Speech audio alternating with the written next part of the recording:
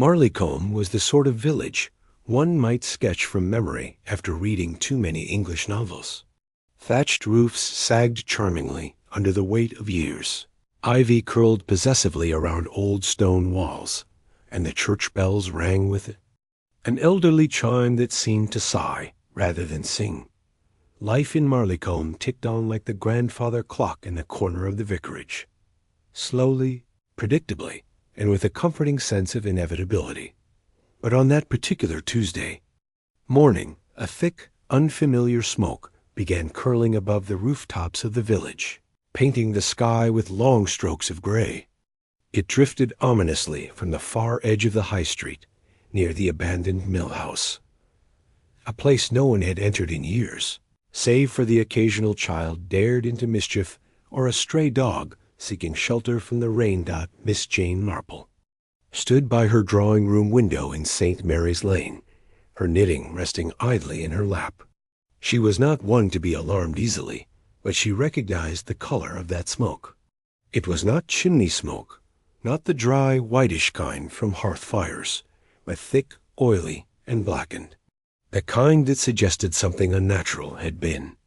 Set a light dot within the hour, news had spread faster than the fire itself.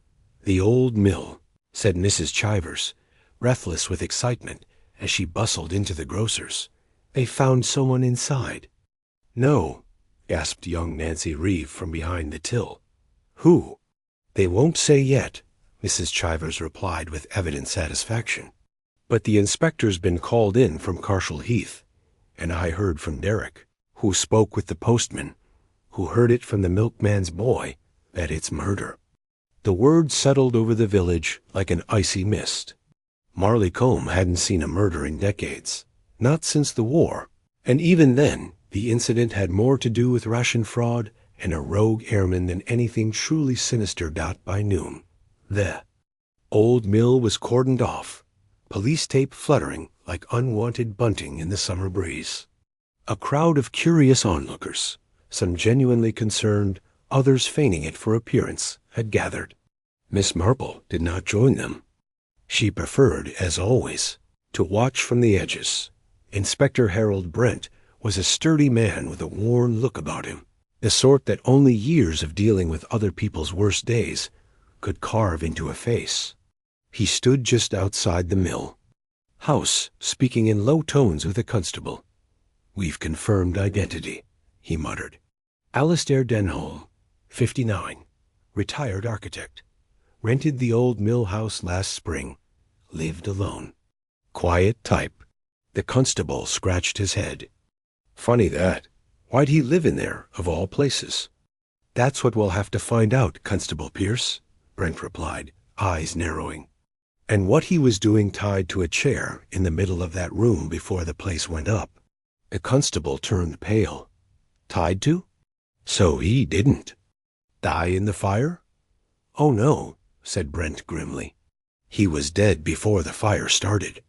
Miss Marple, meanwhile, poured herself a cup of weak Earl Grey and sat quietly in her parlor. She did not require the details to be confirmed. They would come, as they always did, in whispers and fragments. She thought instead of Alistair Denholm, a name she had heard before, though never spoken with the man himself. Reclusive, unmarried, prone to long solitary walks through the village. At dusk, a man with too much time and too few friends. The kind Miss Marple had often observed, whom people rarely missed until they were missing. She folded her hands in her lap and looked, again toward the curling smoke on the horizon. Some murders were crimes of passion. Others were accidents made, foul by panic and fear. But fires were different. Fires were for hiding things, and someone in Marleycombe had something to hide. By Wednesday morning, the village of Marleycombe was humming like a beehive poked with a stick dot at the old elm tea-room. Teapots rattled with a nervous energy, and conversation had turned into a kind of verbal theater. Mrs. Clarissa Biddle, Marleycombe's self-proclaimed source of all things worth knowing, leaned over her Victoria sponge and lowered her voice to a scandalous whisper. I told you, didn't I? That man was not right. she said to her friend and permanent audience, Mrs. Greta. Long Dot Greta, who had the thoughtful blinking pace of a tortoise, nodded solemnly. Yes, you did mention. Something about his curtains? Exactly. Always drawn, even on sunny days. And you know what they say about men who block out the light. Greta looked unsure what exactly they said about that, but wisely sipped her tea. Anyway, continued Mrs. Biddle, warming up now, Doris, you know Doris, my cousin's cleaner. She said he once bought 2 bottles of red ink from the stationer's. 2. Now tell me, who needs that much red ink unless they're writing threatening letters? Greta gave a delicate shudder. Maybe he was just an artist, Mrs. Biddle sniffed. A murderer is more like it. Or was, I suppose. At the next table, a pair of teenage boys sat wide-eyed, listening to every word with the awe reserved for real-life crime and chocolate cake. Meanwhile, just a short walk away, Miss Marple was making her usual visit to the greengrocer's. Her movements were calm, her tone as gentle as ever, but her mind was already piecing fragments together like a delicate lace pattern. She greeted Mr. Prentice, the shopkeeper, with a kindly smile. Good morning, Mr. Prentice. How's your wife's gout today? Better, Miss Marple, much better. That herbal tea you recommended's been a miracle. Ah, I'm so glad. Nature knows best, except when it comes to crime, I'm afraid. She said it so lightly, almost as if discussing the weather. But Mr. Prentice hesitated just long, enough for her to note it. A dreadful business at the mill, isn't it? She continued, gently inspecting the plums. Such an awful thing for Marley Combe. Mr. Prentice cleared his throat. Yes, well, shocking. You must have known. Mr. Denholm a little? Oh, barely. Quiet fellow. Kept to himself. Bought apples now and then? Didn't speak much. But always polite, I imagine. Mr. Prentice nodded. Yes, I suppose. Though, funny thing, now that you mention it, he'd stopped. Coming in the last 3 weeks. Sent a boy instead. Bit of a rough lad. I think he worked for him. Miss Marple's pale blue eyes flickered for a moment. Interesting. Did the boy give a name? No. But he wore one of those leather jackets. Looked like he'd be more at home in London. Thank you, Mr. Prentice, said Miss Marple, selecting 4 apples. I'll take these. And please do give my regards to your wife. As the day wound on, the gossip twisted through the village like vines around a trellis, elegant at a distance, but choking up close. Some said, was a robbery gone wrong. Others insisted it was personal. A few suggested cults or old wartime, secrets, or even ghosts. But one thing was certain. Alistair Denholm had been murdered. The police had found clear signs of restraint, rope burns on the wrists, bruising at the temple. No signs of forced entry. And the fire, as confirmed by the local coroner, had been started after his death, almost certainly to destroy evidence. The local paper, the Marley Combe Courier, printed a front-page headline that afternoon. Meal. House murder mystery stuns village. Local recluse found dead. Police investigate suspicious blaze photograph of the smoldering ruins sat beneath the headline. But it wasn't the building that captured most villagers' attention.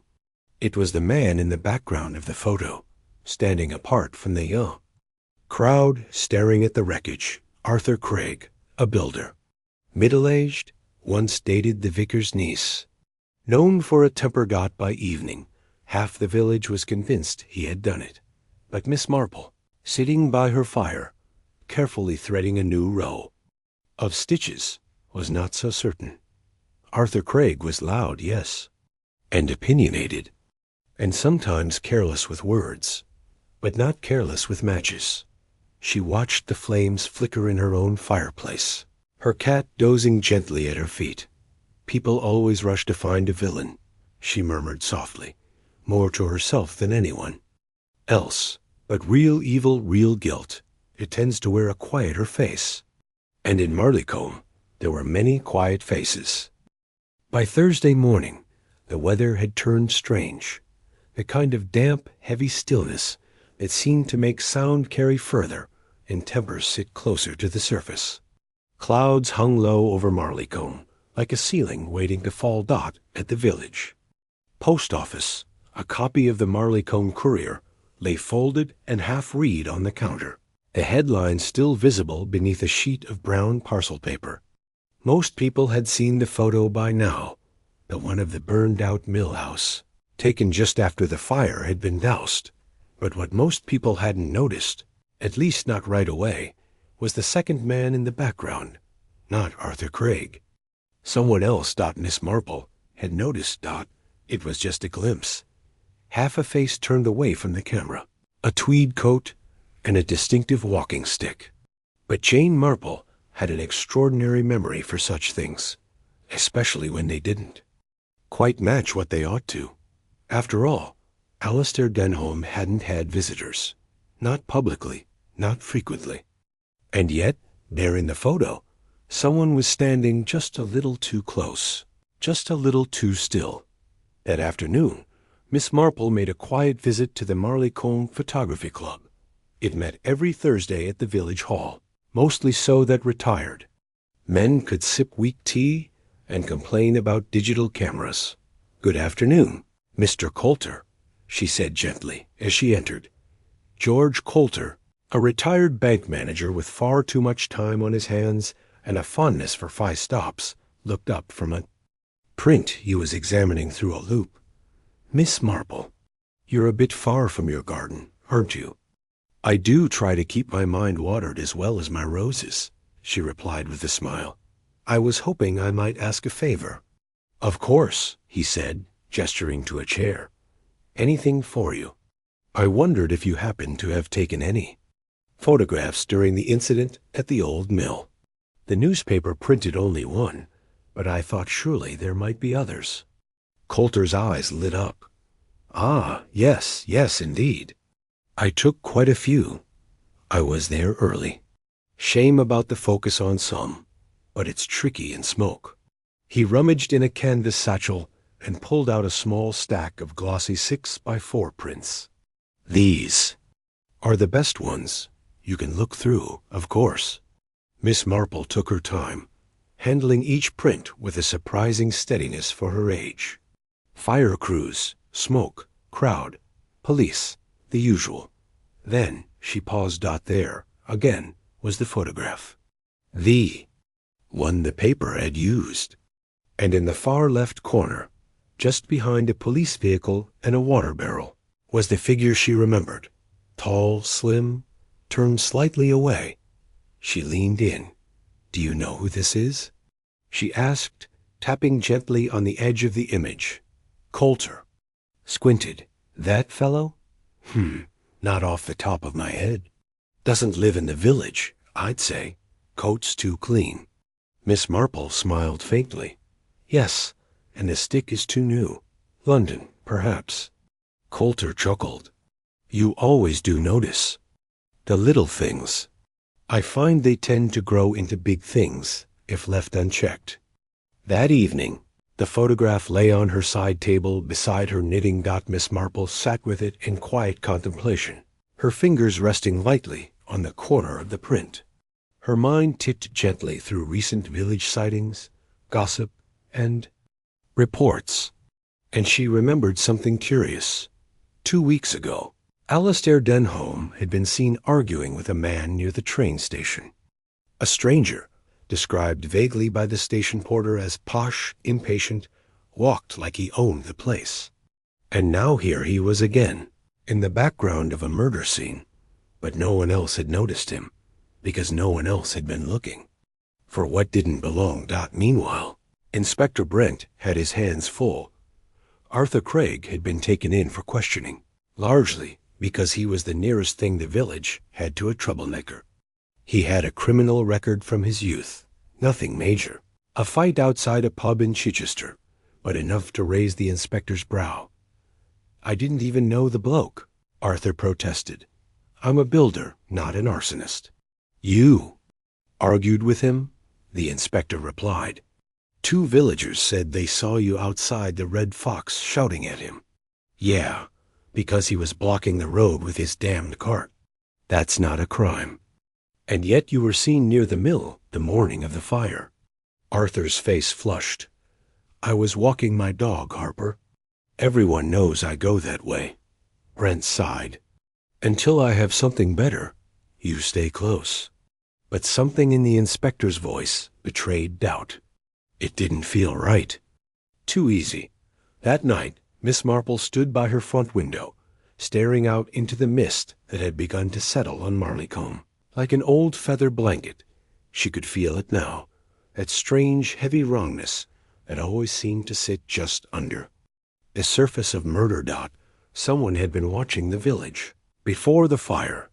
Someone who came and went unnoticed. Someone who understood that burning a body didn't destroy guilt, only evidence. But guilt, Miss Marple knew, always found a way to leak out in words, in habits, in nervous smiles and missing names. And she was going to find it. The Denholm property, known to most as simply the Mill House, had remained untouched for years before Alistair Denholm took up residence last spring. Crumbling stone walls, a sagging slate roof, and iron gates rusted stiff with time gave the place the air of something forgotten. A place people walked past quickly and without much thought.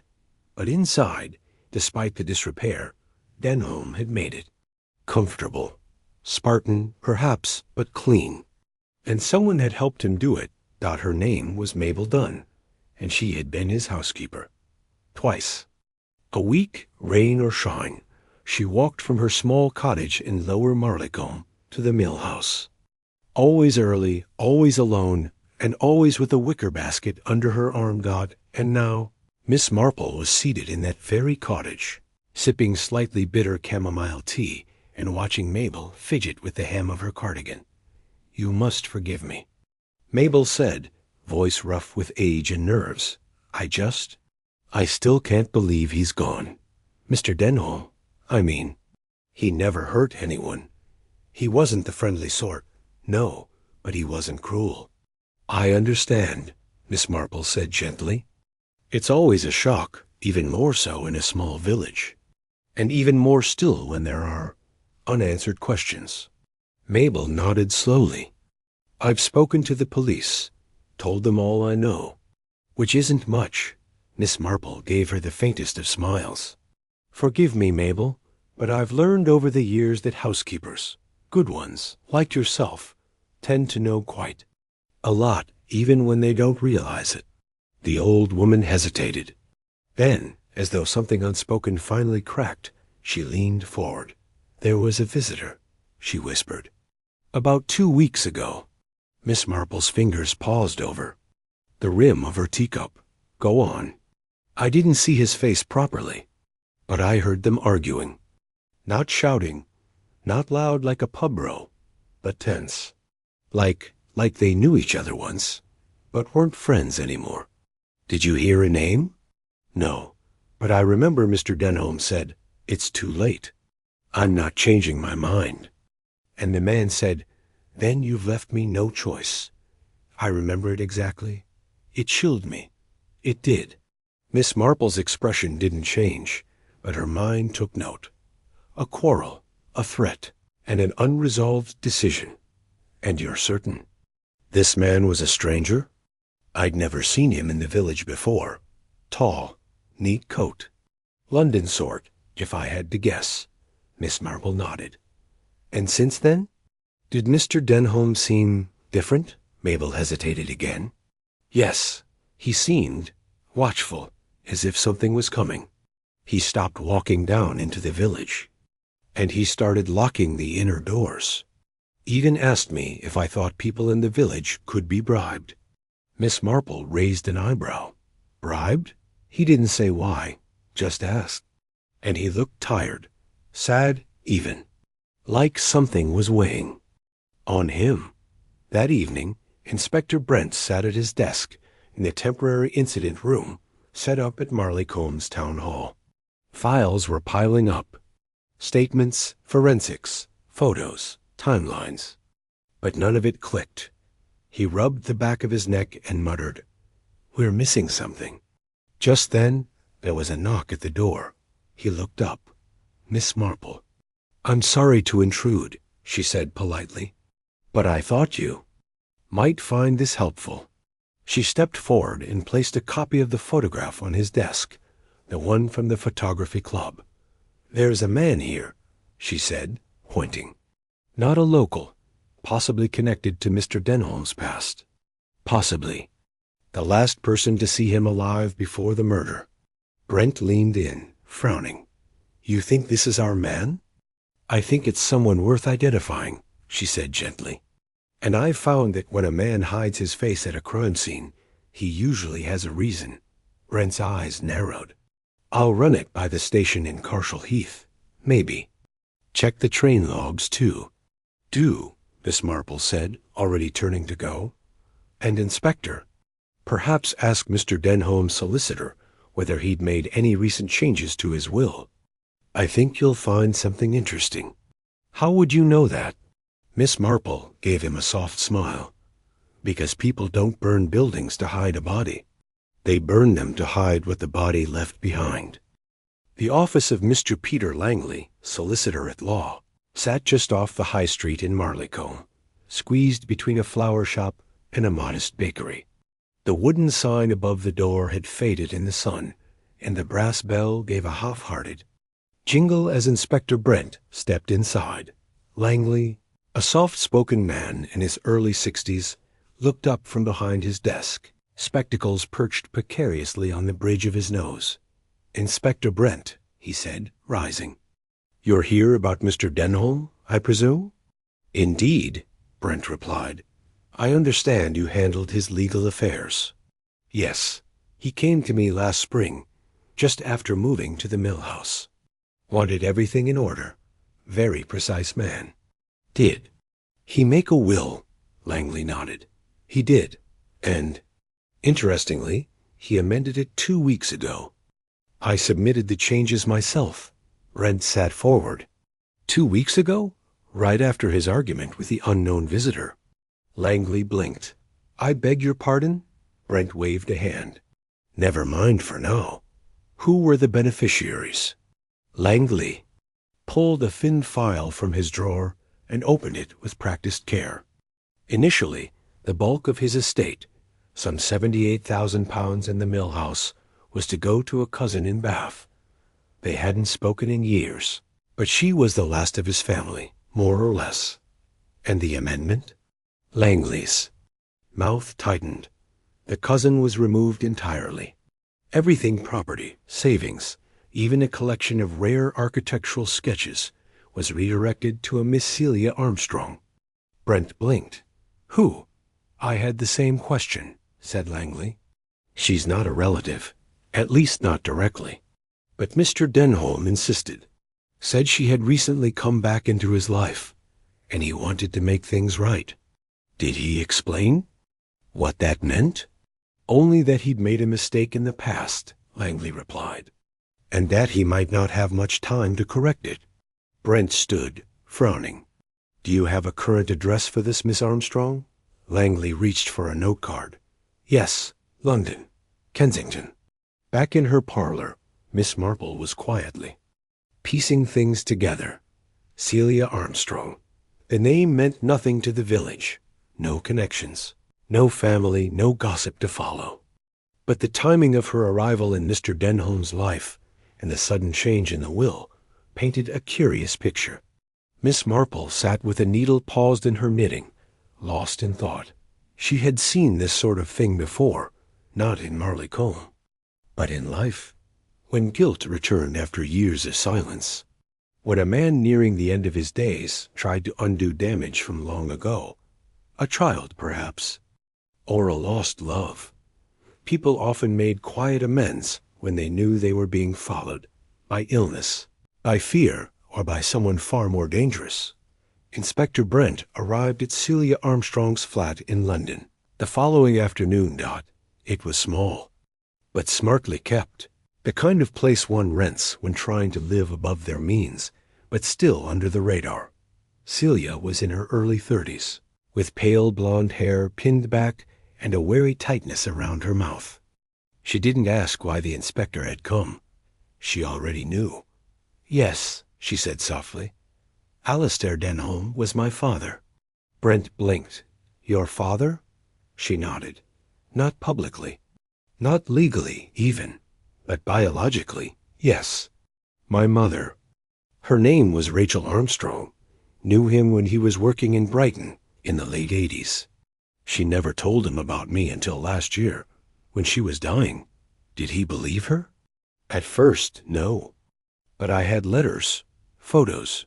He came to see me twice. And then he said he wanted to make it official, that he wanted to leave me something. I didn't ask.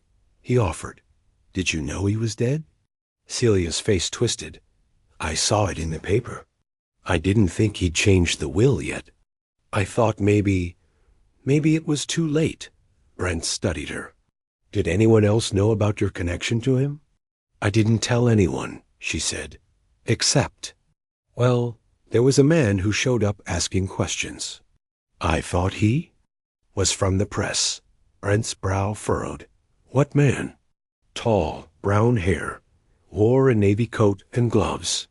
He said he was doing a story on obscure architects." "Did he give a name?" "No, and I didn't trust him. He seemed too interested." Brent stood.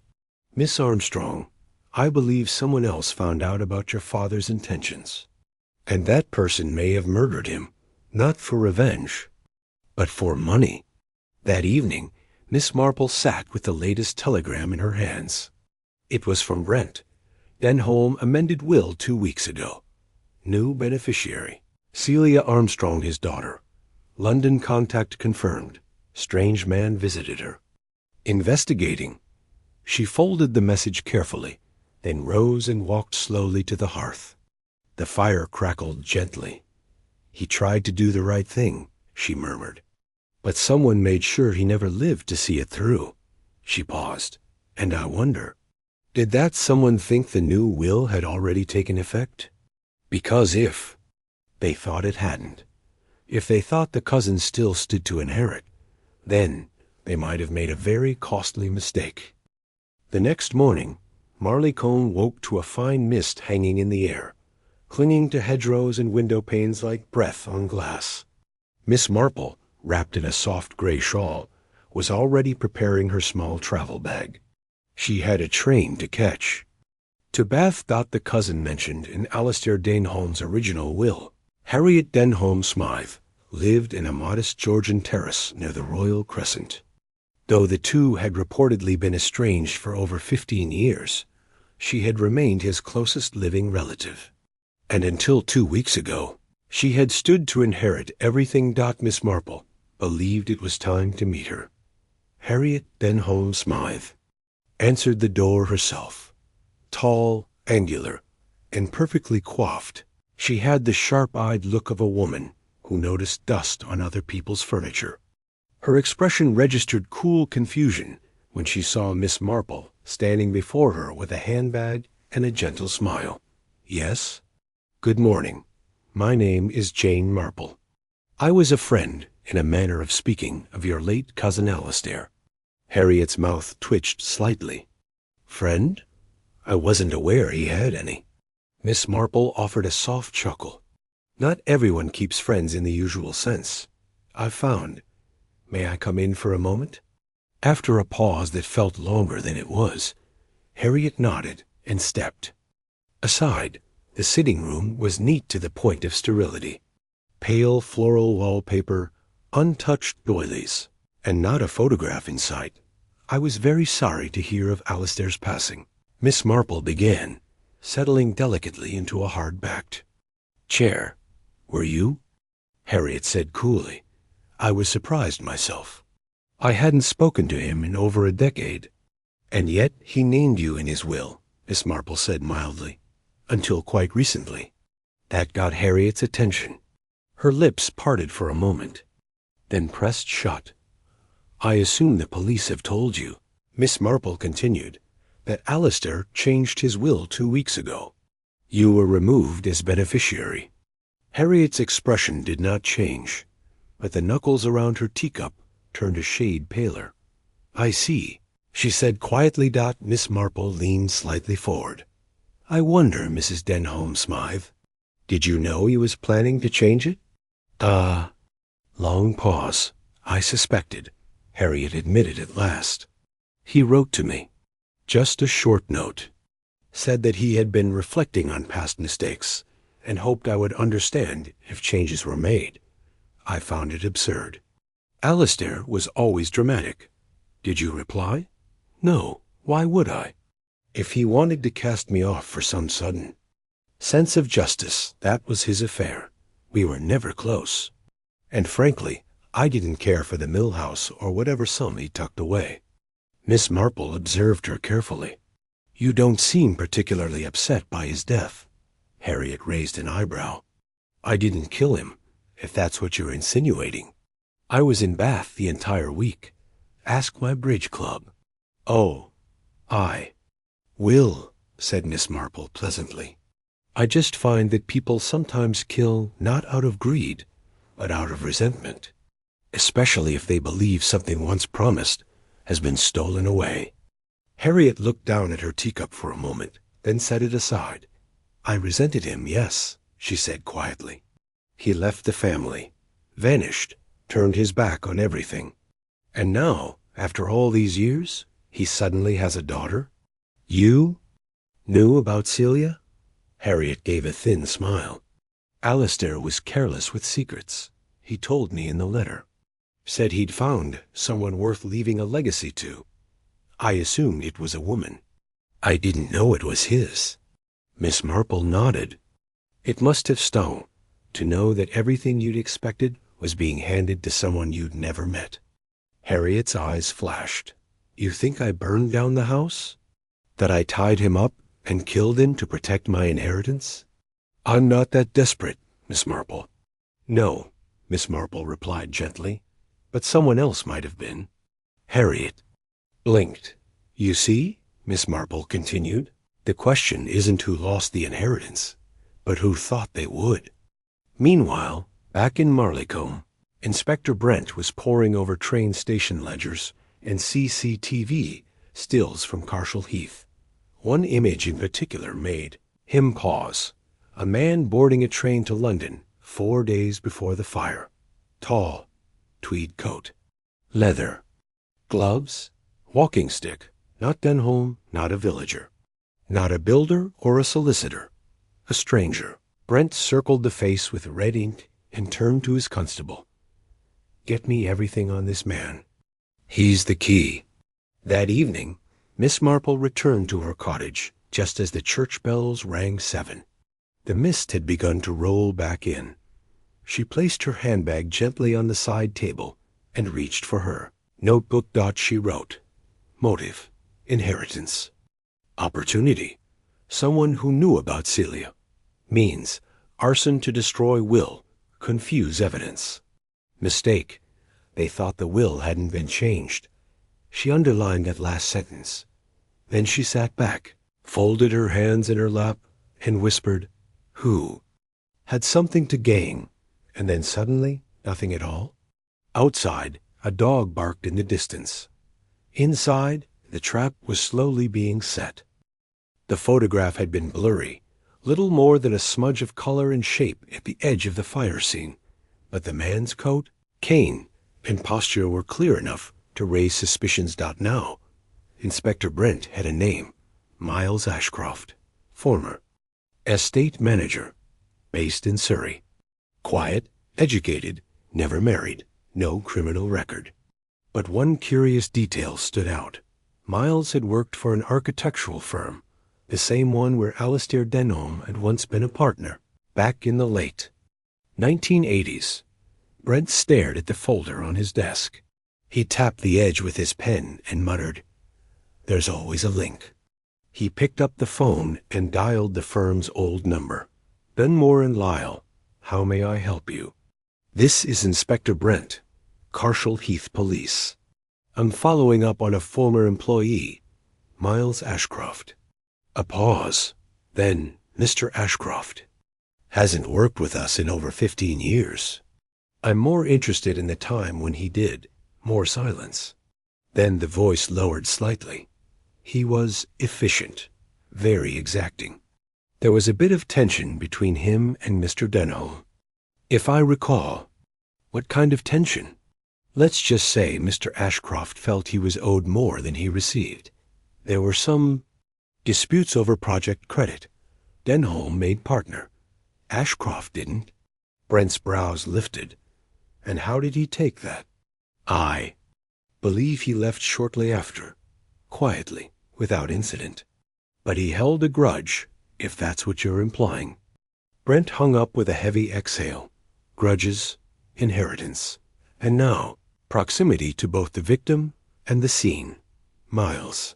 Ashcroft had just moved to Marleycombe 3 months before the murder, under a different name, Michael Ardsley, and he had rented a room just 3 streets away from the mill house. Back in Marleycombe, Miss Marple was in her garden, snipping at a rosebush when the inspector arrived, his car tires crunching softly over gravel. "You found him, haven't you?" she said without looking up. Brent blinked. "I beg your pardon?" "The man in the photograph, the one with the walking stick. You found his name." Brent nodded slowly. "Miles Ashcroft. Knew Denholm from years ago. Passed over for a promotion. Disappeared for years. Resurfaced here under a false name." Miss Marple gave a satisfied hum and dropped the rose into her trunk.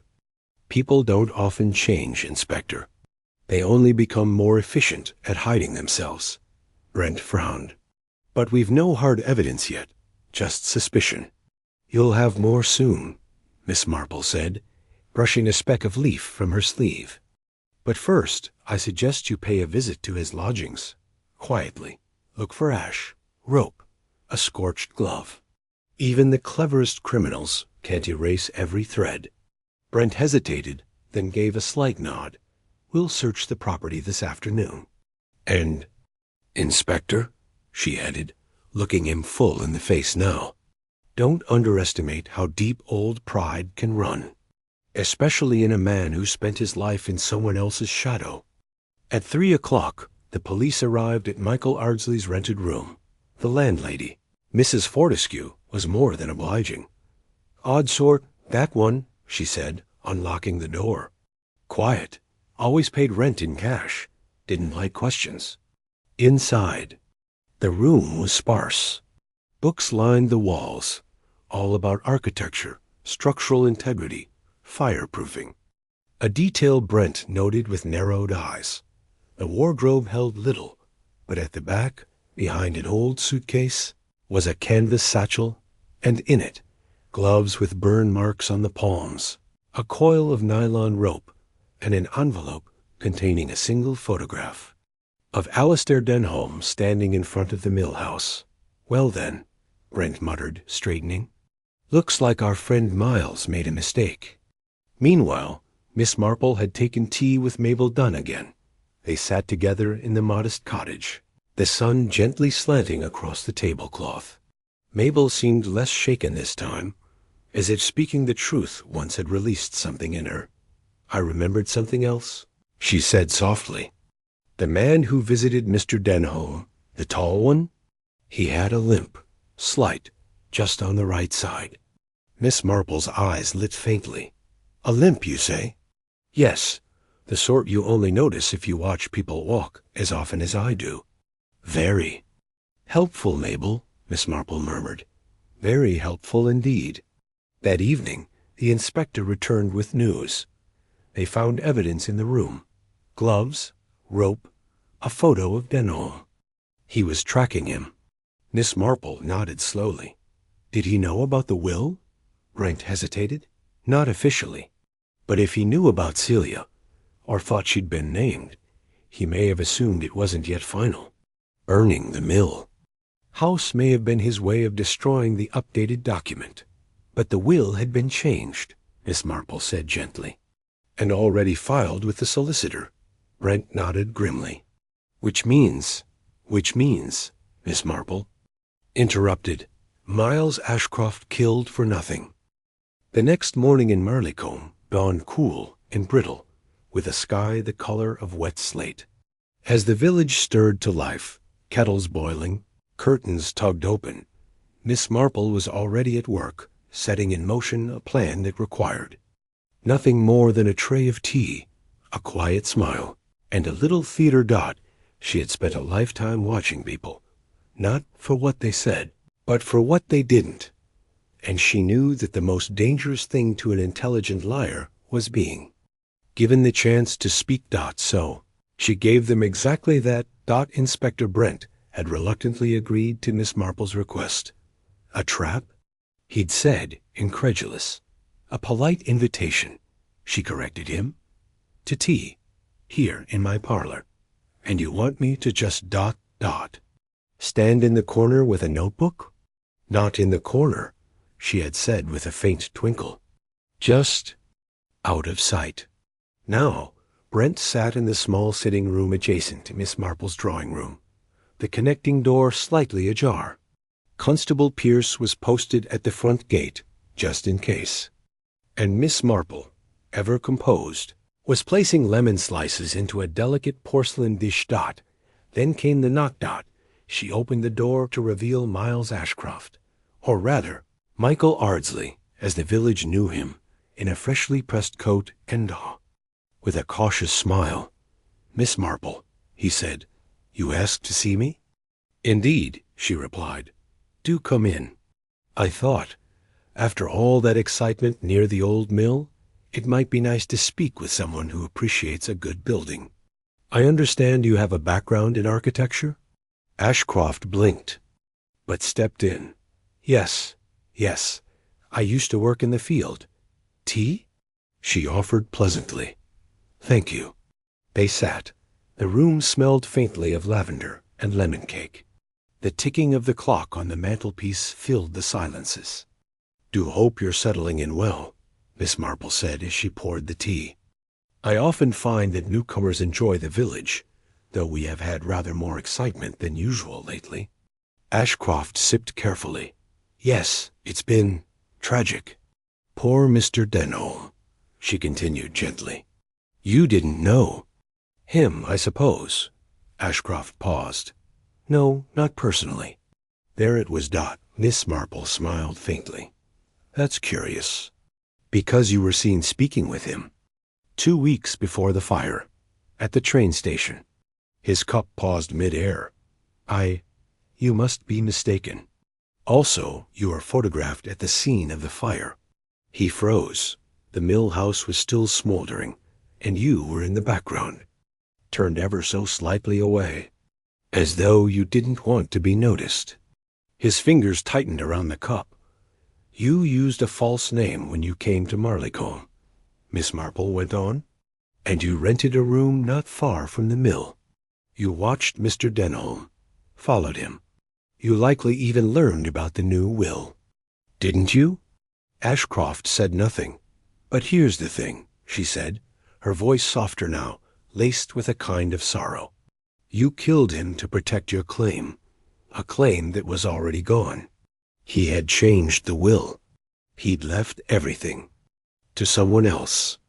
Ashcroft stood up suddenly, his eyes wild. You don't know anything.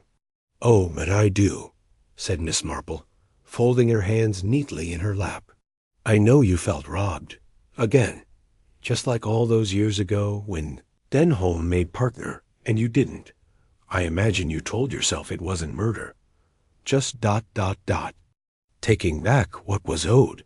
You're wrong, he snapped. And yet, came a voice from the next room. We found rope, gloves, and evidence of accelerants in your belongings. Ashcroft turned, startled, as Inspector Brent stepped into the doorway. The game's up, Mr. Ashcroft, Brent said, his voice firm. We've got enough to bring you in. Ashcroft's face crumpled, just slightly. For a moment, the arrogance melted into something closer to grief.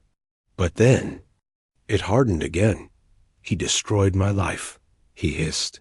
Back then. And now he wanted to pretend to be a good man? Leave it all to some illegitimate daughter? No. He owed me. That house, that legacy, all of it. But it was never yours to take, Miss Marple said gently. And now you've lost even the little piece you had left. Brent stepped forward, cuffs in hand. Let's go. Ashcroft hesitated. Then slowly, he offered his wrists. As he was led from the house, Miss Marple walked to the window. Outside, the mist was rising again, wrapping the village in its familiar hush. That evening, over tea and honey biscuits, Inspector Brent sat across from Miss Marple, shaking his head. You knew. Somehow, you always knew. I only observed. She said quietly, the world is full of people who think justice is something they must take for themselves. But justice, like truth, always finds its way. Brent gave a small, respectful nod. You should have been a detective. She smiled. Oh, I much prefer my garden. But murder, I find, grows best where no one thinks to look. The confession came not with shouting or tears, but in the still, echoing quiet of the Carshall Heath police interview room. Miles Ashcroft sat across from Inspector Brent, his hands folded neatly on the table. No handcuffs now, just the heavy weight of the truth pressing down like fog over a field. He looked almost relieved. You want the story? He said, Fine, I'll give you the story. Brent nodded, his notebook open, pen poised. I knew where Alistair was, Ashcroft began. I'd been watching for months. A friend from the old firm mentioned he'd gone all rustic in some village, and once I had the name, it was easy. Quiet places always are. His voice was cool, almost distant. I came to Marleycombe as Michael Ardsley. Just a name I picked from an old pub plaque. I rented a room, walked the lanes, visited the church once or twice. I even brought my own tea, so I wouldn't have to talk to anyone at the shop. He smiled bitterly. I watched Denholm walk the same path every morning, to the post office, to the greengrocer. He had a routine, and no one knew who he really was. Brent leaned forward. And you approached him? Ashcroft's smile twisted. Yes, outside the station. I waited until the last train had pulled out. He was surprised, but not scared. Not yet. I told him I wanted to talk. To settle things. You argued. We always did. Ashcroft said flatly. Back then, it was over projects. He took the credit. I did the work. He climbed the ladder. I was left behind, and when I challenged him, he froze me out. Brent tapped his pen. You mentioned a daughter. Ashcroft's. Eyes narrowed. He told me. Said he was changing his will. That everything was going to her. Celia. A woman he'd never met until last year. He said he wanted to do the right thing. And you believed the change hadn't gone through yet. I knew it hadn't, Ashcroft hissed. Or so. I thought. He said he still needed to finalize it with the solicitor. He said, next week I'll take care of it. I heard that, and it was like a door opened. A window of time. Brent's voice was level. So you planned it? I didn't mean to kill him, Ashcroft said quickly. Not at first. I just wanted the will, to make it disappear. But he wouldn't hand it over. Said it was already lodged with Langley. I didn't believe him. I thought he was bluffing. So what happened? I came back 2 nights later. He opened the door, foolishly, and I pushed in. I tied him up, demanded he show me where it was. He wouldn't, not even under threat, so I hit him, harder than I meant to. He collapsed. I panicked. Ashcroft stared at the table. I thought, maybe if I destroyed the papers, the house, the body, they'd just assume it was an accident. No one would ever know. But the will had already been changed, Brent said quietly. The solicitor confirmed it the day before the fire. Ashcroft let out a breath that sounded like it had been stuck in his chest for years. I killed a man. For something. I wasn't even going to get. Later that evening, in the soft light of her drawing room, Miss Marple sat with her knitting in hand and the radio turned low. The news bulletin crackled in and out. Local police confirmed the arrest of a man in connection with the fire at Marley Comb's historic mill house. The suspect, now identified as Miles Ashcroft, is believed to have... She turned the dial gently until it clicked off. She had known, of course, that it would end this way, Dot. It always did. Miss Marple had seen it many times. The subtle path from resentment to rage. The tiny cracks in human decency that widened when no one was watching. The quiet belief that revenge was the same as justice. But it never was. That Sunday, at St. Winifred's Church, the vicar spoke softly of mercy and consequence. The villagers sat in silence, the pews a little fuller than usual. There was no direct mention of murder, of course, only a gentle message about the cost of hidden anger. Miss Marple sat near the back, her gloved hands folded over her hymn book. Outside, the first sunlight in days had broken through the clouds, touching the spire with gold. Back at her cottage, she placed a small envelope in her bureau drawer. Inside, a clipping from the Marley Comb Courier and a faded photo of the mill house. Now reduced to ash and memory. She whispered softly, as if to no one. He tried to make it right. And someone couldn't let him. She closed the drawer and returned to her garden. Among the roses, there was no sign of fire or violence, only color, light, and the sound of bees drifting through the stillness. It took weeks, as such things do. The excitement faded, the shock settled, and Marley Comb slowly began to reclaim its rhythm. Gentle, reliable, and deceptively quiet. The site of the old mill house was now cordoned off with a wooden fence, overgrown with ivy by early July. A small sign from the parish council read, "Land under review, future development pending." But most villagers simply avoided it. It had become a place of whispers and unfinished sentences. No one said murder out loud. Not in Marley Comb. Inside the post office, Mrs. Dibble returned to fussing over stamps and gossip. "I knew from the very start," she told anyone who'd listen. "That man, Michael, whatever his name was, always wore gloves, even when it was warm, and didn't blink right. Never trust a man who doesn't blink properly." At the bakery, the subject came up less, perhaps because no one wanted tragedy, with their lemon scones.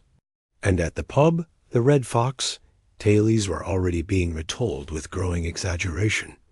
"I saw him the night before," one man swore. "Pacing like a fox, said he was out for air. I told Marjorie he had the look of a man carrying something heavy in his head."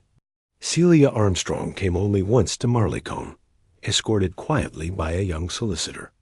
She visited the solicitor's office, signed papers, and stood for some time near the churchyard gate, not speaking to anyone. Miss Marple, watching from her garden across the lane, did not approach. Some grief, she knew, was best carried alone.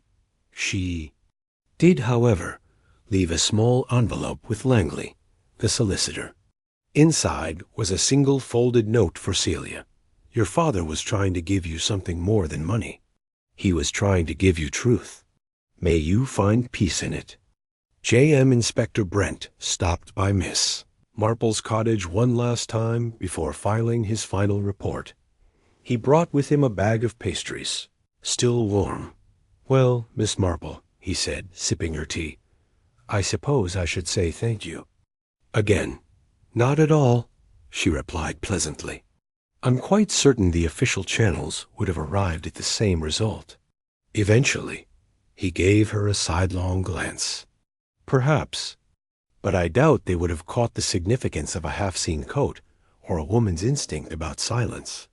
She smiled faintly, setting her cup down. "The world is made up of small things, Inspector. People rarely notice the dust in the dust corner, but it's always there." Brent nodded. "And the motive?" "Ah," she said softly, That never changes. Pride, envy, the desire to be seen as something greater than you are.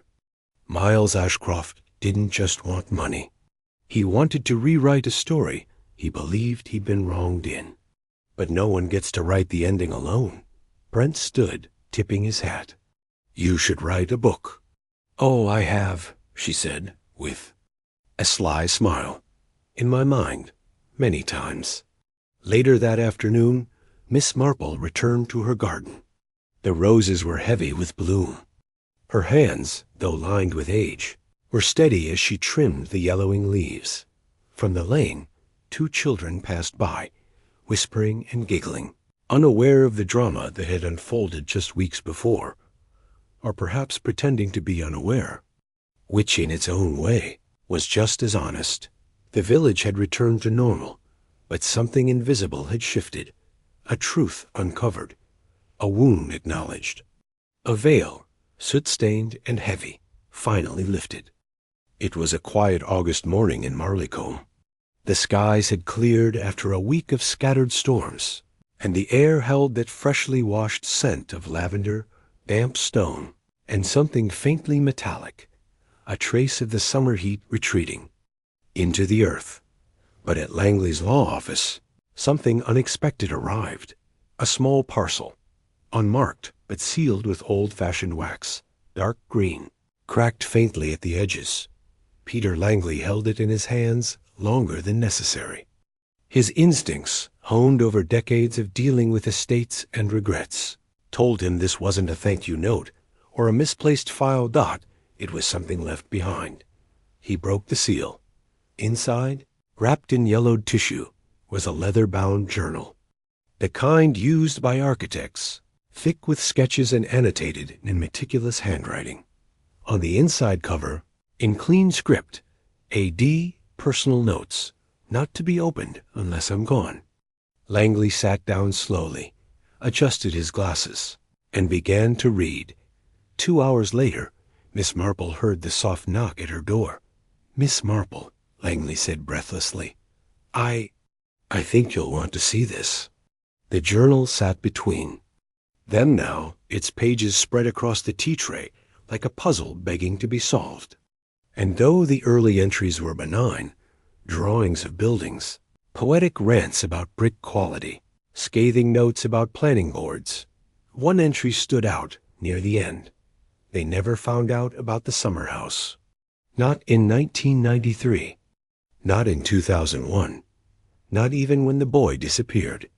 I told myself I had no choice, but it's a lie I can't carry anymore. If they dig near the old elm roots, they'll understand everything. Forgive me. Miss Marple closed the journal slowly. Her expression was unreadable. The summer house, Langley murmured.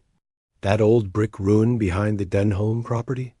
Yes, she said quietly, already rising from her chair. And the boy, I remember. He went missing one summer, visiting cousins in Elmsworth. The search spread to Marleycombe, but there was no trace. They thought he drowned. Langley's face had gone pale. Are you saying? I'm saying, Miss Marple interrupted gently, that we may have solved one mystery, only to uncover another. Miss Marple rarely allowed herself to feel chilled by words on paper. She had seen too much, read too much, and remembered far more than most would find comfortable. But this was different. The late Alistair Denholm, the man so recently, at the heart of one murder, had left behind a secret buried in the past. A confession, scribbled quietly into a journal, as if trying to absolve himself, not of what he had done, but what he had not stopped, and it all pointed to the old summer house, long ruined, crouching like a forgotten animal in the wild back gardens of the mill property, overgrown, ignored, and mostly hidden behind the thick trunk of a split elm tree. That same afternoon, Inspector Brent was back in her parlor, the journal now resting between them like an open wound. You're telling me, he said slowly, that this boy, the one who disappeared 20 years ago, might be buried behind the summer house. I'm saying, Miss Marple replied, that Mr. Denholm believed something happened there, something he regretted never speaking about. Brent flipped through the pages again, frowning at the looping handwriting. No names, no dates, just guilt. But guilt is rarely vague, Miss Marple said. It tends to have very sharp corners. Brent wasted no time. That evening, just as the sun dipped beyond the trees, a small team of constables and forensic officers arrived at the former mill house grounds.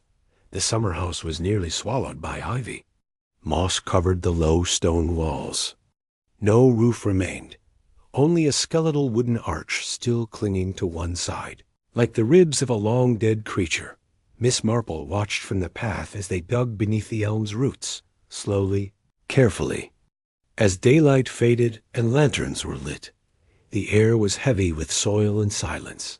Then someone called out, "Inspector, you'll want to see this." Brent knelt beside the officer, brushing away loose earth. There, curled under decades of soil and roots, was a small canvas satchel. Inside, a rusted toy car, a faded denim shirt, and a child's pair of cracked leather shoes.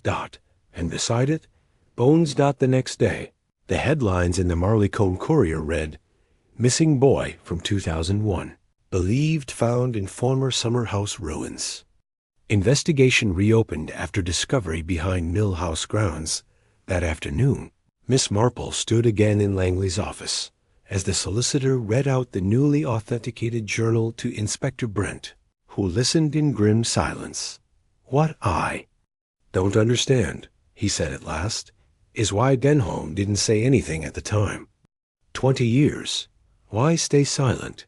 Miss Marple's gaze was distant. "Because people convince themselves silence is safer than the truth. He may not have caused it, but I believe he saw something. And someone may have threatened him to stay." "Quiet," Langley nodded. "The boy's name was Thomas Whitlow. Age 9. From Elmsworth." Miss Marple murmured, "I remember. Blonde hair, sweet face, loved birds." Brent looked up. "You remember him?"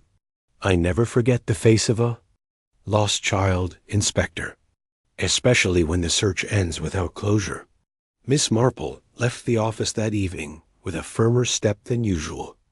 There was something urgent behind her gentleness now, the kind of energy she only summoned when she sensed that someone was still hiding in the village. Someone who had once gotten away with something terrible. And who likely believed that the past had stayed buried, but the soil had shifted, and justice had memory, even if it came 20 years late. The discovery of the remains behind the summer house did more than stir up old memories. It fractured the calm that had just begun to return to Marleycombe. For a village so wrapped in routine, the past returning with bones and questions felt like a storm cloud settling in the marrow of the town. And at the heart of it was Thomas Whitlow. Age 9, missing since 2001. Last seen playing near the orchard behind his cousin's holiday cottage in nearby Elmsworth. The case had gone cold long ago, filed away under theories of abduction, accident, or worse. But the remains now confirmed something else. Thomas never left Marleycombe. At the local police station, Inspector Brent was now juggling two cases separated by decades. And the journal entry from Alistair Denholm, cryptic as it was, had become the only clue with teeth. Miss Marple arrived unannounced, as she often did when something important was turning over in her mind. "I've been looking into the Whitlow family," she said as she stepped into Brent's office. "Particularly the cousins he visited." Brent sighed. "We already spoke to them back then. A family named Dawlish, wasn't it? John and Marion Dawlish. They owned a holiday cottage on the edge of the woods." "Yes," said Miss Marple, "and still do." Brent raised an eyebrow. "They still live here?" "They do. Quietly. Tidy hedges. Appearances well kept. But appearances lie." That afternoon, Miss Marple paid a visit to the Dawlish cottage. It looked exactly as she remembered it. Neat, whitewashed stone walls, a cheerful blue door, and a border of daffodils that had long since wilted in the heat. Marian Dawlish answered, her eyes tired and her cardigan buttoned to the neck despite the warmth. "Oh, Miss Marple," she said, surprised but polite. "Can I help you?" "I was hoping for a word," Miss Marple said gently. "About Thomas." Marian's face paled, and for just a moment the silence between them was louder than any answer. "Of course," she said at last, stepping aside. "Please, come in." The sitting room was immaculate, every corner dusted, every photograph perfectly aligned. But behind the order was a tension Miss Marple knew too well, the strain of a truth held tight for too long. "I suppose they've found him," Marian said softly, folding her hands in her lap. "I read the news. John hasn't said a word." "You were his mother's cousin," Miss Marple said gently. "He came to stay the summer he disappeared." Marian nodded. "It was a hot August. He liked birds. He followed a sparrow out through the garden and just vanished." "That's what you told the police," Miss Marple said, her voice quiet. "But you see, Mrs. Dawlish, Thomas didn't vanish. He was buried." Marian's hands shook. "I didn't do anything," she whispered. "I swear to you, I didn't hurt him." "But John, he was drinking more back then. Angry, unstable. Thomas was difficult, curious. He said something about wanting to go down to the old summer house. He was always asking questions." "And what happened?" Miss Marple pressed. "I don't know," Marian choked. "All I know is John came home soaked in sweat. He told me Thomas had run off, that we should let it be. And when the search began, he insisted we stick to the story." She looked up, tears brimming. "I think John did something that day. I just didn't have the courage to face it." Later that evening, Miss Marple stood at the edge of the overgrown path that once led to the summer house. She knelt and pressed, her hand to the earth. "Curious," she whispered. "Curious children always see too much. And sometimes they find secrets that grown men would do anything to keep buried." Back at the station, Brent had already issued a quiet request to bring John Dawlish in for questioning. He didn't resist, but he didn't speak either. Not yet. John Dawlish sat in the interview room, arms folded, jaw set, eyes like shuttered windows. Inspector Brent paced slowly across the room, tapping a pen against his palm. "I'll say it again," Brent said.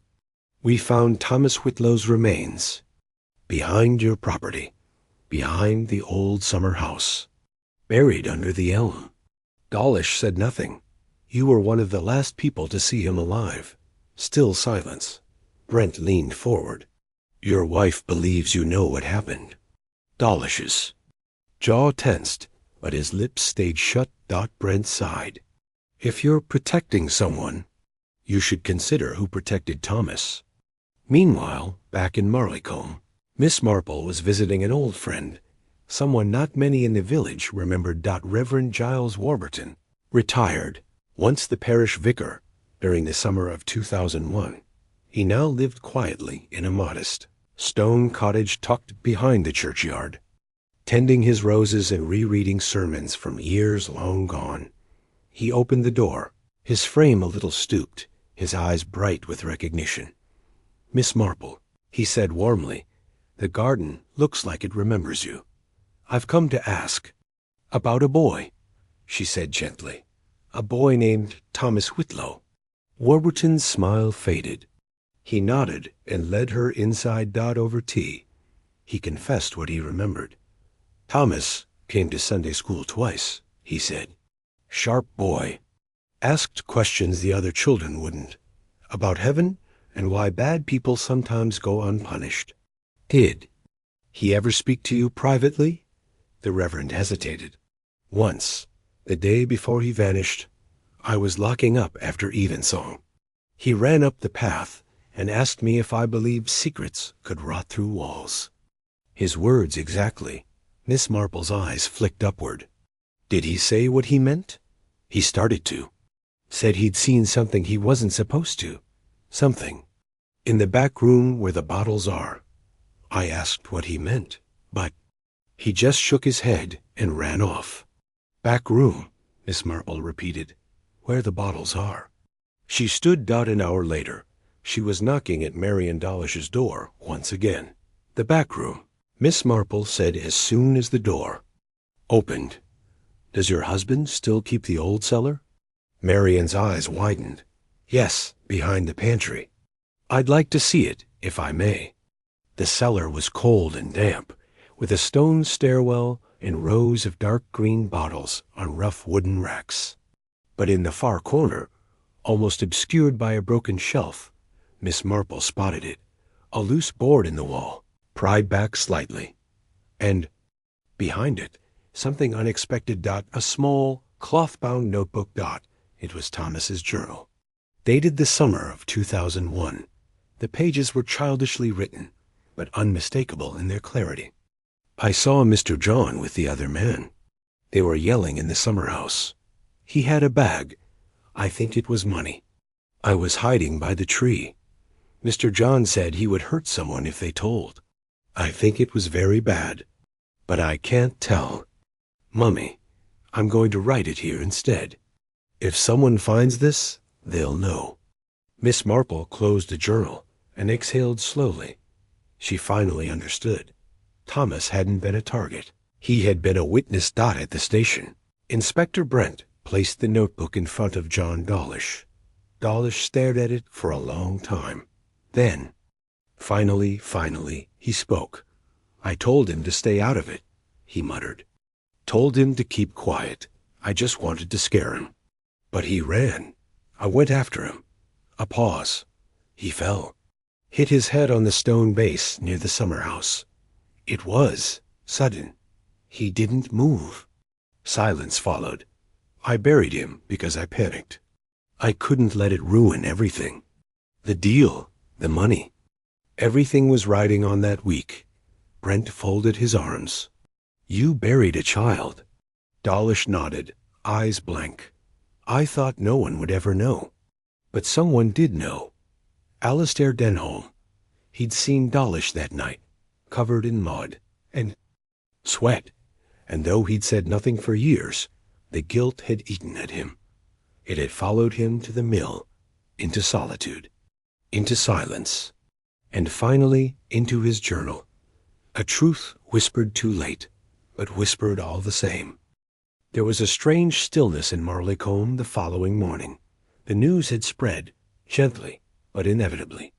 A boy's grave, a long-buried secret, and a man finally arrested, not just for what he had done, but for what he had hidden. John Dawlish had been taken into custody the night before. Not handcuffed, not shouting, just silent, shoulders slumped, like a man who had finally grown tired of lying to himself. The official charge, involuntary manslaughter and obstruction of justice. But the weight of the truth carried far more than any verdict. At St. Winifred's Church, the vicar's voice trembled as he delivered the homily that Sunday. And though the Lord may not always answer in our time, he does answer. Sometimes through revelation, sometimes through those who listen when others ignore.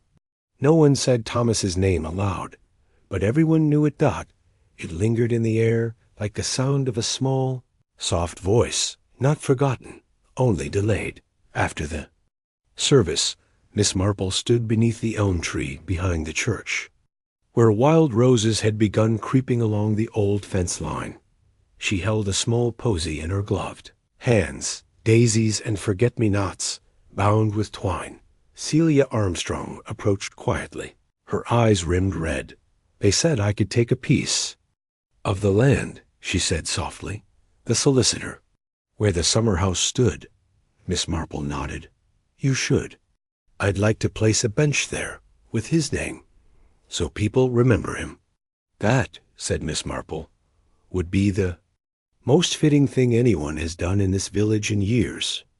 Celia stood beside her in silence. Two women connected not by blood, but by grief, truth, and the stubborn hope that even old wounds can be healed if we let them be seen. Later that evening, Inspector Brent joined Miss Marple for one final visit. Looked more relaxed than he had in weeks, a man slowly exhaling after holding his breath too long. "You solved 2 murders," he said, accepting the tea she offered Dot. Miss Marple chuckled softly. "I merely asked the questions that needed asking." "You know," Brent said, "if you ever wanted to apply officially—" "I'd rather not," she said gently. "I have roses to tend, scones to bake, and frankly, I prefer tea to paperwork." Brent smiled. "You'll let me know if Marley Cone starts getting suspicious again?" "I'll know before you do," she said with a wink. They sipped their tea in comfortable silence, and outside, beyond the lace curtains, the village began to settle. Not quite as it was, but perhaps a little wiser, a little less willing to. Look the other way, Dot, because in Marley Cone, under the veil of soot and sorrow, something honest had been found again. A boy remembered, a lie uncovered, and justice late, but real, echoing at last. It had been 3 weeks since the Whitlow case was closed. The mill grounds had been tidied, the summer house fully demolished, and a quiet memorial stone placed beneath the old elm. Engraved simply, "Thomas Whitlow, 1992 to 2001, forever." Curious, the village had, once again, exhaled. But for Miss Marple, peace was a borrowed garment, worn for a time, but never stitched to last. Dot. She was returning from the church hall one evening, basket in hand, when she noticed something unusual. The bell at the gate of the old Ashcroft cottage, ringing, not once, not twice, but several times in short succession. 3 short rings, a pause, then 2 more. Intentional. The cottage had been vacant since Miles Ashcroft's arrest. It was still boarded up, legally sealed by the local magistrate, while the property was processed. And yet, someone was calling at it, as if they expected someone inside. Miss Marple narrowed her eyes. She crossed the road slowly, quietly. No, one else was about. A figure stood at the gate, cloaked in a long navy coat, head wrapped in a paisley scarf. They didn't see her at first. Not until the gate creaked slightly as she approached. The figure turned, startled, but not frightened. It was a young woman, pale, around 25, with eyes that had clearly not slept. "Oh," she said, breath catching. I thought he was still here. Miles Ashcroft. I didn't know. Miss Marple's voice was gentle. "I'm afraid Mr. Ashcroft is no longer in Marley Cone." The woman hesitated. "Do you know where he went?" Miss Marple regarded her a long moment. "He's been taken into custody, prison, for the fire, and for the murder of Mr. Denholm." The woman took a shaky step back. "I see," she whispered. "Then I've come too late." They sat in Miss Marple's parlor 20 minutes later, tea and silence between them. "I'm his sister," the young woman finally said. "Eleanor Kent. We haven't used the Ashcroft name in years." Miss Marple nodded. "He never mentioned family." "He wouldn't," Eleanor said softly. "Not after what happened." Miss Marple leaned forward, studying her face. "You're not here just for closure." Eleanor looked down. "No. I'm here because someone sent me a letter. No name, no return address. Just 2 sentences." She pulled a crumpled note from her coat and handed it over. "Your brother isn't the only one with secrets. Look beneath what he left behind." Miss Marple read it twice. Beneath what he left behind. That night, after Eleanor had gone, to stay at the inn, Miss Marple sat in her study with a single candle lit beside her. She opened her notebook, the one she reserved for thoughts she didn't yet understand, and wrote a single line at the top of the page. What did Miles Ashcroft leave behind?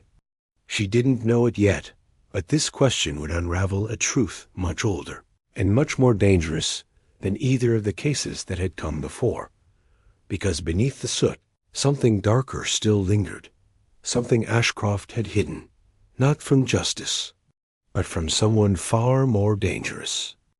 The morning after Eleanor Kent's arrival, Marleycombe wore its usual mask of calm, a soft breeze through sycamores, milk bottles clinking at doors, and the scent of bread from the bakery drifting up the lane.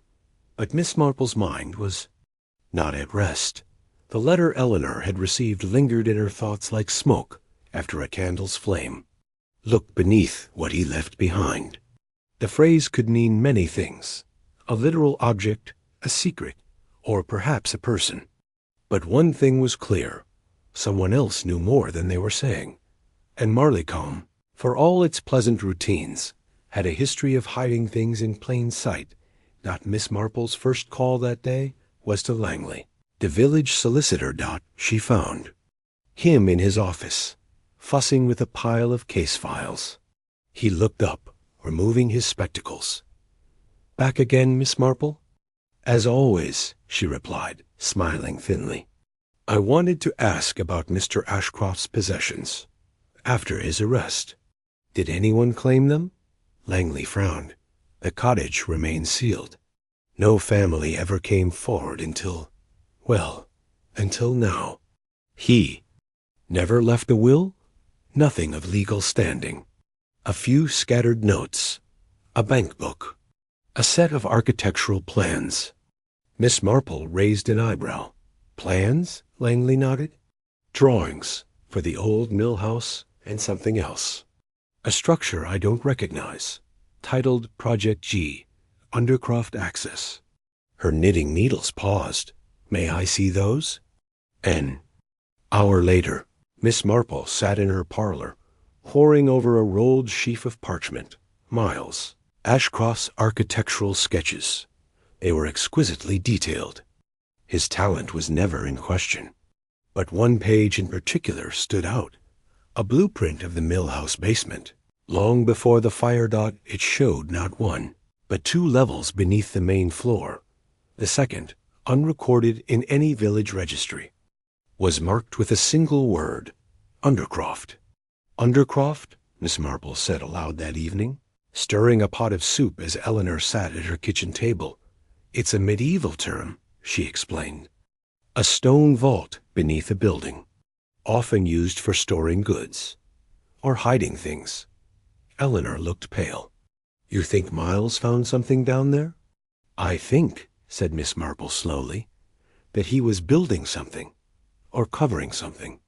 And whoever wrote that letter knows about it." Later that night, while most of the village slept, a shadow moved through the back garden of the Ashcroft cottage. A gloved hand twisted the lock of the cellar door. It creaked open.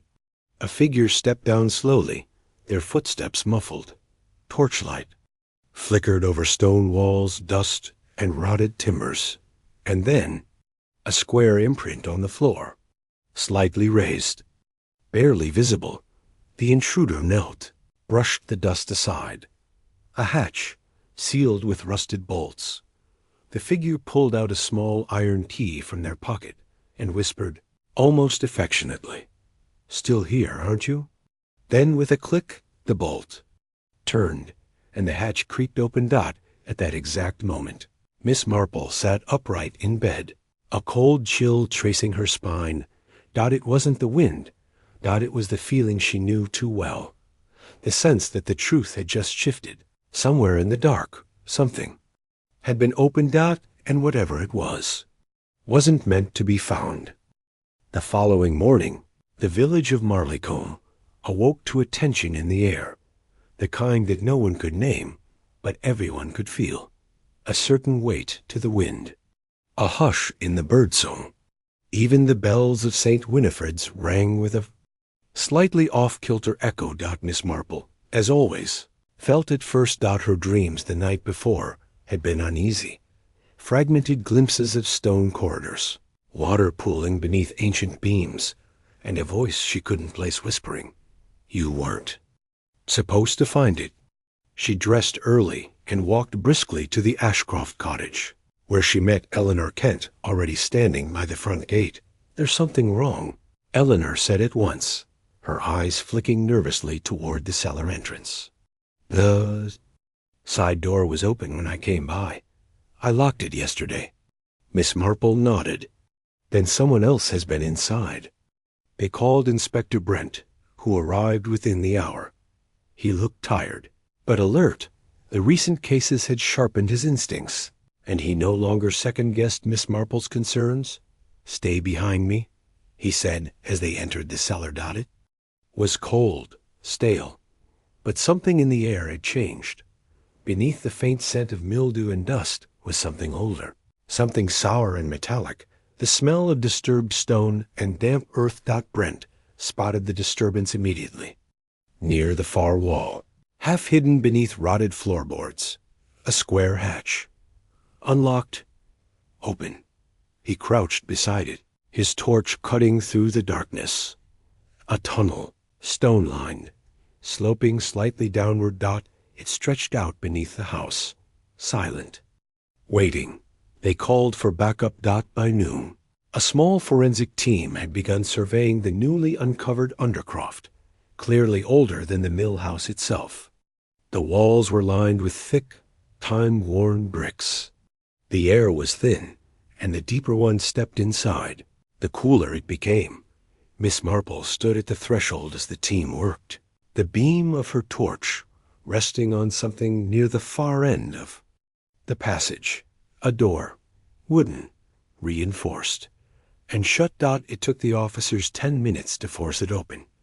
Inside was a room, roughly 8 feet wide, low-ceilinged, dry. In the center, a metal safe, rusted but intact. Next to it, a decaying SATCHEL. Inside. The bagged documents, dozens of them, sealed envelopes, scrawled notes. And at the very top, a yellowed folder with 2 words, printed across it in block letters. Project Galendi.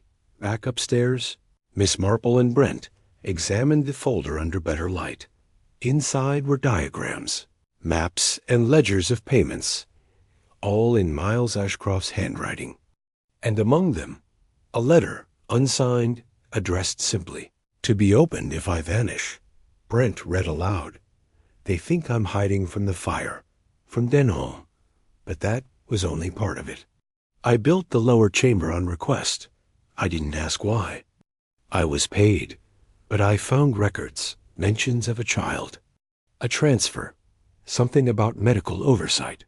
This isn't just corruption. It's something worse, something covered for years. I think Denholm knew. I think others still do. And I believe if anyone finds this, they won't be safe." Miss Marple leaned back in her chair, her hands clasped tightly.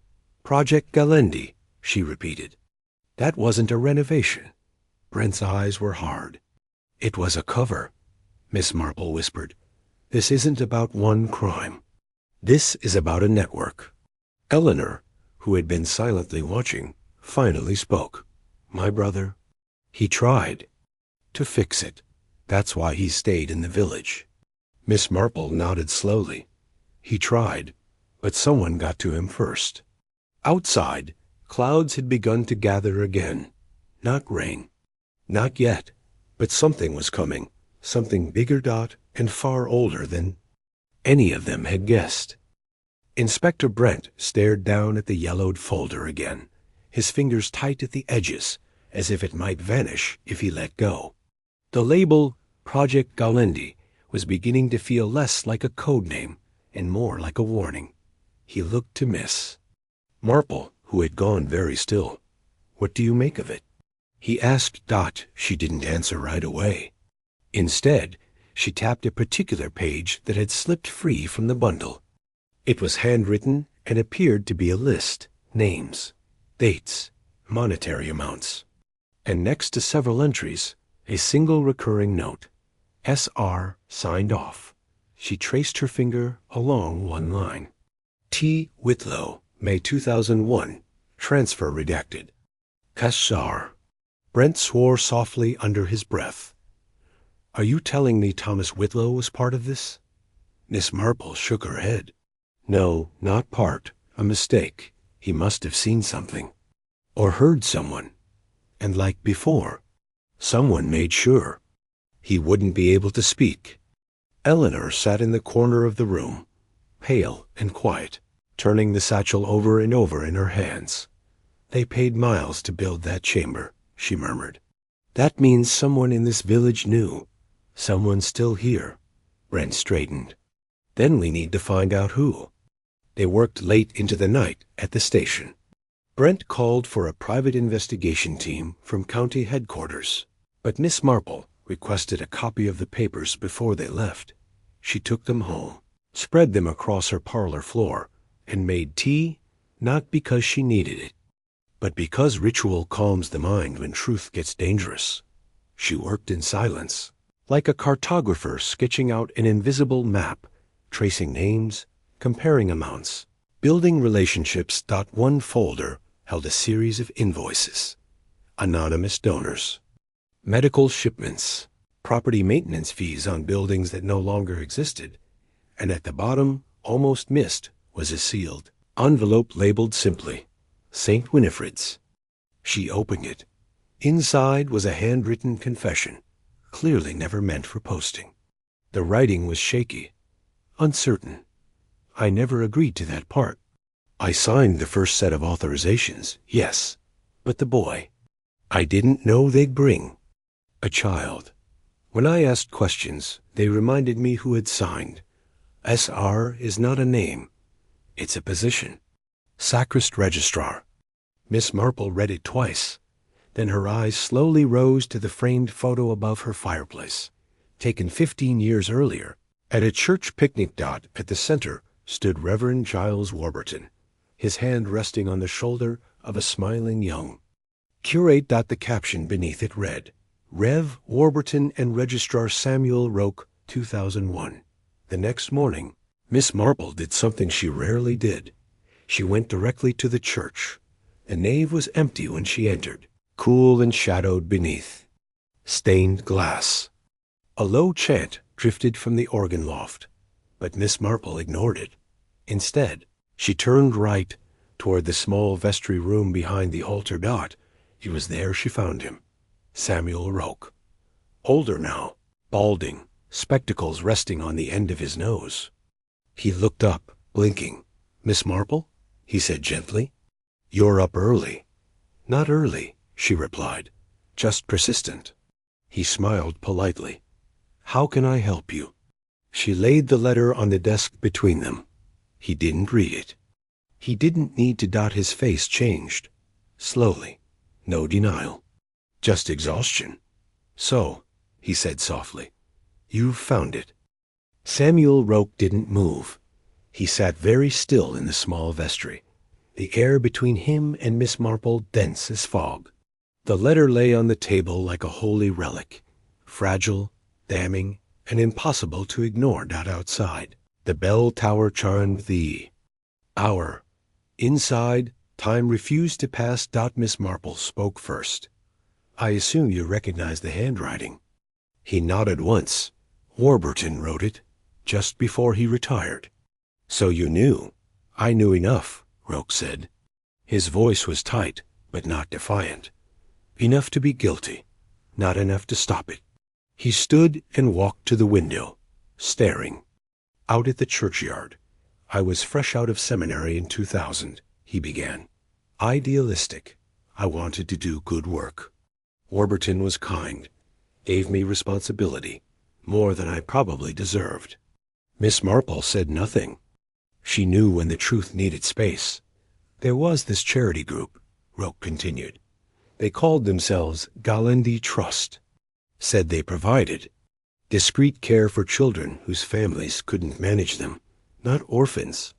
Not. Exactly. Just unwanted. He swallowed. We were asked to store certain records, allow quiet transfers through the village, host meetings in the rectory after hours. I never saw the children. I signed authorizations. I assumed it was above board, but you began to doubt. Roke nodded. There was one child. They didn't name him. Just an initial. T.W. Warburton was uncomfortable. Told me we were going too far. That someone had threatened him. That money had changed hands. He sat back down. And then, one day, the boy never arrived. Miss Marple leaned in. Thomas Whitlow.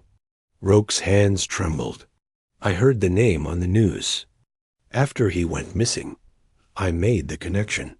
But Warburton said to leave it, that we couldn't help. That men more powerful than Vickers were watching. Who were they? Roke shook his head. I never knew. That was the whole point. The Galendi Trust used proxies. Lawyers. Empty company names. I signed things I shouldn't have. I was too frightened to push further. Miss Marple's voice was calm, but hard. And Miles Ashcroft? I think he found something when building the Undercroft. Records, ledgers, probably even that letter. And he tried to warn someone. But they silenced him, she said. And Denholm, and even Thomas, all for the same reason. To keep Galendi buried. Roke finished. A long silence passed. Then Miss Marple stood. You know this confession may bring consequences. I know. Then why tell me? Because you asked, Roke said, almost smiling. And because part of me hoped someone would one day. Later that day, Inspector Brent took Roke into custody after reviewing the letter and a brief recorded.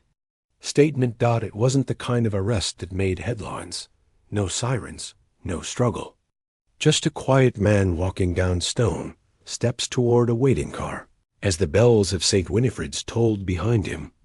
That evening, Miss Marple returned home. The sun was setting, and birds were stirring in the hedges. She made her tea, sat by the window, and opened her notebook. She drew a circle, wrote one word at the center, Galendi, and around it she wrote Roke, Warburton, Ashcroft, Denholm, Dawlish, unknown benefactor. She tapped her pen once, then underlined, unfinished, because though truths had surfaced, the network hadn't, not yet.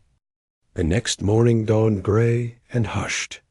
Rain gathered in quiet sheets, pattering against the windows of Miss Marple's cottage as she poured her tea and stared once more at the circle in her notebook. The names were all connected. The guilt, layered and institutional. But one detail had eluded her until now. She read again the notes from the Galendi papers, and then her eyes fixed on a margin scribble, written in faint pencil. Fund receipts. Rose Hill Holding, transfer approved. By BC. BC, not a code, not a position, a person, a final link. She turned back to the village registry. She'd borrowed from the solicitor's office and ran her finger down the list of local trustees for 2001. Bernard, Calthorpe. Her breath caught. Calthorpe, the retired barrister who lived in that fine ivy-covered home on the East Hill. Quiet, respected, known for his love of rare books and garden parties. He'd been a silent presence in every charity committee since the 1980s, even hosted fundraising for youth development initiatives. Now clearly a sanitized name for something far darker. He had never appeared in Ashcroft's records directly. There he was, in a payment routing entry, BC, confirmed by legal proxy. The last name on the list. That afternoon, Miss Marple dressed in her second-best coat, the one she wore to quiet confrontations. She climbed the hill beneath her umbrella and rang the bell at Rose Hill House. Calthorpe answered himself. Trim, upright, too polite. Ah, Miss Marple, he said, smiling thinly. Do come in. It's been far too long. I'd like a word, she said pleasantly, stepping inside without waiting for a formal invitation. About Thomas Whitlow and Miles Ashcroft, and a fund you approved in 2001. His expression didn't change, but something in the air grew tight. Would you care for tea? He asked, leading her into a drawing room, that smelled faintly of cedar and dust. She remained standing. "I found your name," she said evenly, "in the Gallendi files, buried but not gone, alongside records of unsanctioned transfers. Children passed through Marleycombe under your protection." He was silent for a beat too long. "Then, you have no evidence of wrongdoing?" "No," she replied. "But I do have documents, names, witnesses, and now, this conversation." From her pocket, she revealed a small audio recorder, blinking red. Calthorpe's jaw tensed. "You've no idea what you're getting involved in," he said quietly. "You're digging in ground that was meant to stay buried." "So I've been told," Miss Marple said, "by those who always seem to speak just before they're caught." When Inspector Brent arrived 30 minutes later, at Miss Marple's request, Calthorpe was waiting, hands folded, no sign of resistance, but he said nothing as he was led away. Later, Brent sat in Miss Marple's sitting room, staring at the last page of the Gallendi report. "So this is it?" he asked. "The end of it all?" Miss Marple shook her head. "Not quite. There's more?" "There always is," she said softly. "But for Marleycombe, for Thomas, for Eleanor, for Ashcroft, this is closure. The rest will come out in time." Brent nodded. "You always seem to know when the story ends." Miss Marple smiled faintly and stirred her tea. "No, Inspector. I only know when justice begins." Marleycombe, for all its layers of soot and sorrow, knew how to return to silence. It was not forgetfulness, not this time, but a chosen stillness. The kind that comes after something terrible is finally spoken aloud. The mill ruins had been cleared, the undercroft sealed by the county. No one argued.